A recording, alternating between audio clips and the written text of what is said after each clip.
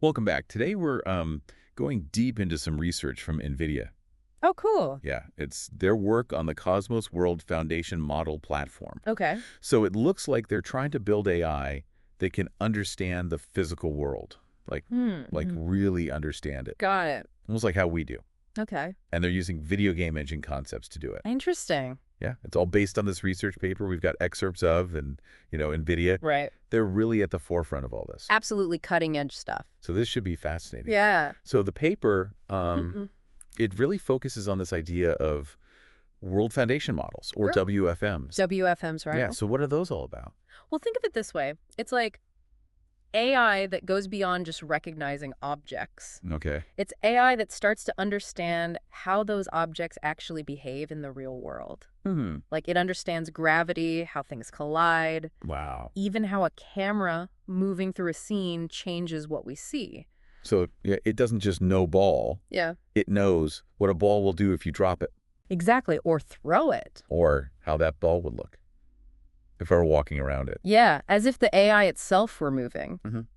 These WFMs, they learn from huge data sets Right. to become sort of generalists, and then you can fine-tune them for specific things. The paper mentioned training on like 20 million hours of video. It's a lot of data. That's mind-blowing. It is.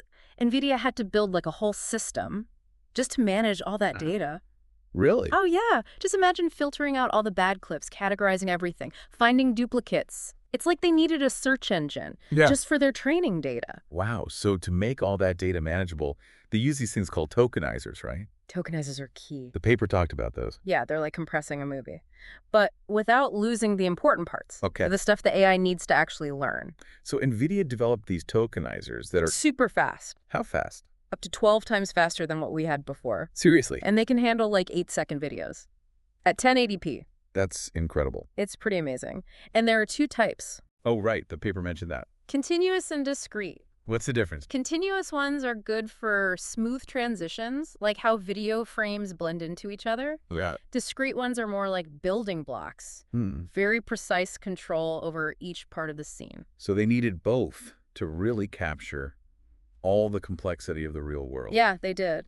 And then to actually learn from all that data, they built two types of WFMs, Okay. each one with a different way of learning. What were the two types? They're called diffusion and autoregressive.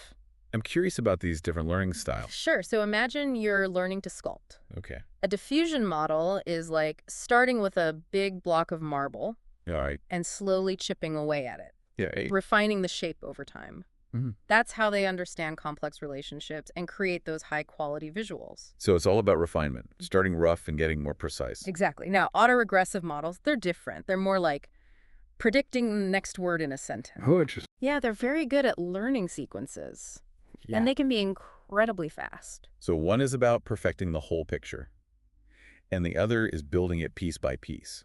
That's a good way to think about it. Interesting. So to see if these WFMs really got physics, they put them through a bunch of tests, right? They did. They wanted to know if the AI could generate videos that weren't just visually realistic, Right. but also made sense physically. Yeah, like, do they actually follow the rules of the world? Exactly. One test was all about 3D consistency. Could the WFMs generate videos that looked right from any angle? Oh, so like, if you were moving a camera around in the scene, Yeah.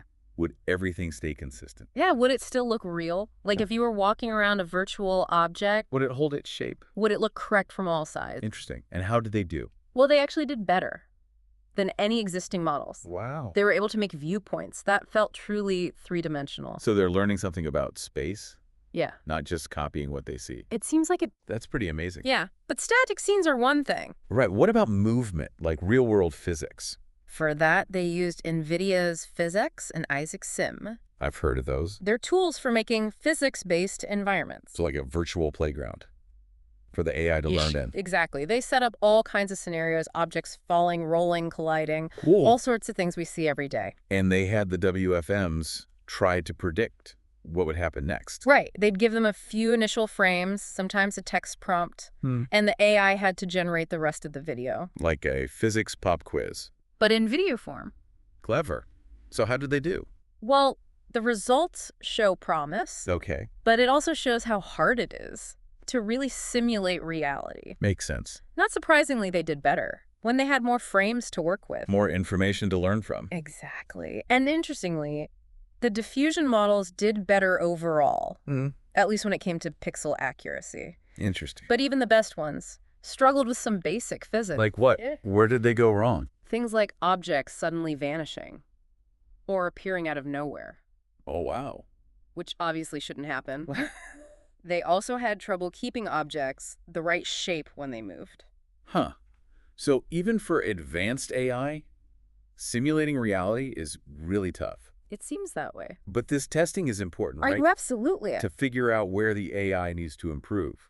It's all about finding the weaknesses. Right. So we can refine the models and get closer to AI that really gets it. AI that understands the physical world. Exactly. This has been fascinating, a real deep dive into the technical side of things. It is complex stuff. So let's move on and talk more about how they actually trained these powerful WFMs. All right, let's get into the training process.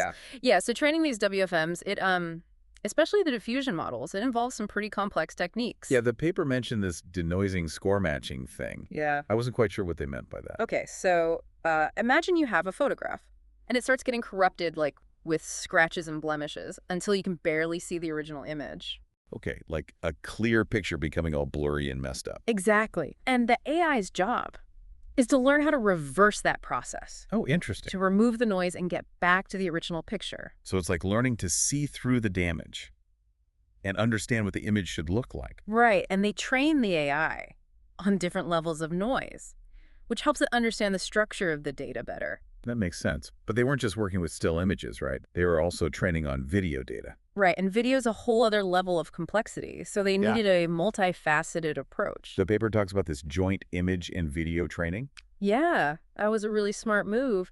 They realized that they could use existing image data sets, really high-quality ones, Right. and use those to help train the video generation, too, Oh, so the AI is learning from both still images and moving images. at the same time. Interesting. And by carefully aligning the data, they got even better results. That's cool. The research also mentioned dealing with different video lengths and aspect ratios. Yeah, so for aspect ratios, they basically categorized the data and trained the AI separately on each category. So it could handle different video formats. Exactly. And for different lengths, they use this technique called progressive training. Okay. So the AI starts with short segments, Right. and as it learns, they gradually increase the length until it can handle longer, more complex sequences. That's smart. All this optimization is really impressive.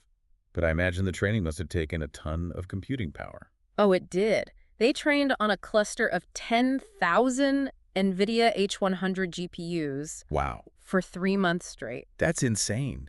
They really threw everything they had at this. They did. They were clearly committed to this project. Okay, so now let's talk about the autoregressive models. Their training is different. It is. Remember, these models are all about predicting the next element in a sequence. That is what predicting the next word you're going to type. Exactly. But for video, they use this discrete tokenizer to break the video down into a series of tokens. So it's like turning the video into code. Kind of, yeah. Each token represents a little piece of visual information. Okay. And the autoregressive model learns to predict what the next token should be based on the ones that came before. Fascinating. So how do they make that work for video? Well, they had to make some key innovations.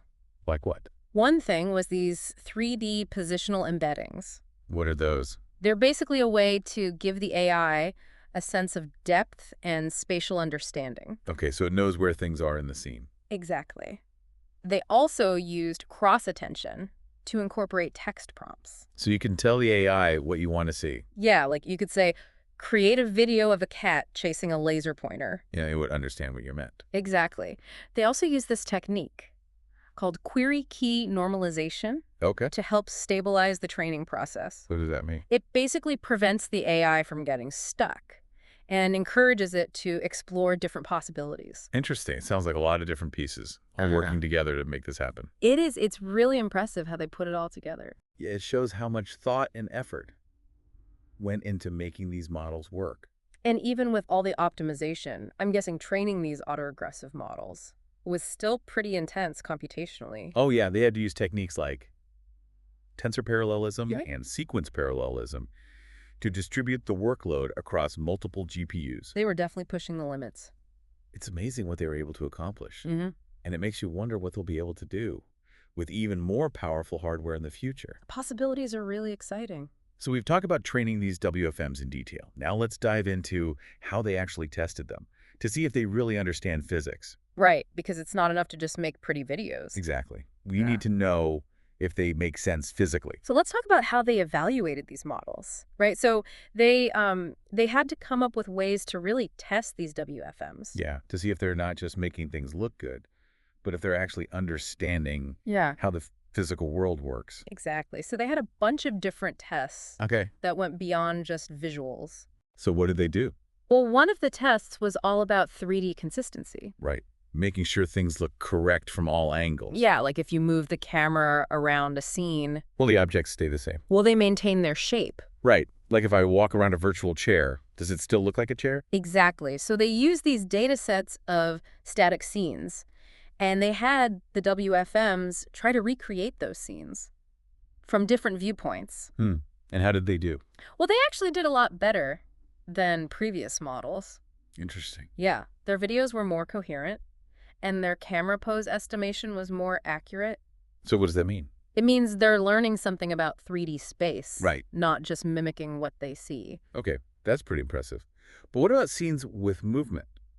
Right, because static scenes are one thing. Yeah, but the real world is constantly in motion. So for that, they used NVIDIA's physics and Isaac's Sim. Those are tools for simulating physics, right? Exactly. They're like virtual environments where you can test out all sorts of physical interactions. So they set up scenarios in these environments. Yeah, they came up with 8 different scenarios. Oh, yeah. Things like objects rolling down slopes, balance. So like everyday physics? Yeah, stuff that we all kind of intuitively understand. Okay. And then they challenged the WFMs to predict what would happen in these scenarios. So they'd show the WFMs a few initial frames. Right. And sometimes give them a text prompt as well. And then the AI had to generate the rest of the video. Like filling in the blanks. Exactly. And they evaluated the results on 3 different levels. Okay, what were the levels? So first there was pixel level. Basically, how well do the predicted pixels match the actual pixels from the simulation? Okay, that's pretty straightforward. Then there's feature level, which is more about looking at higher level visual features to see if the AI is capturing the essence of what's happening. Interesting. And finally, there's object level, Which is? looking at how well the AI can track objects. Okay. Can it follow them as they move and interact? So did the WFMs pass the test? Well, the results were definitely promising. Okay. Like we saw before, they did better with more initial frames. Right, more data to work with. And the diffusion models generally outperformed the autoregressive models. The least for pixel accuracy. Right, but even the most advanced ones still had trouble with some basic physics concepts. Like what? Where did they struggle? Things like object permanence. Okay. Like objects would suddenly disappear or reappear. That doesn't make sense physically. Exactly, and they also had issues keeping objects the right shape when they moved. So simulating the nuances of reality is still a challenge. It seems that way. But I guess this testing process is really valuable. Oh, absolutely. It helps them figure out where the AI needs to improve. And then they can refine the models and get closer to true physics-aware AI. Well, this has been a fascinating look at NVIDIA's work on WFMs. It's cutting-edge stuff. They're really pushing the boundaries of what AI can do. And it's exciting to think about all the potential applications. Yeah, where this technology could lead. It could really change the world. It really could.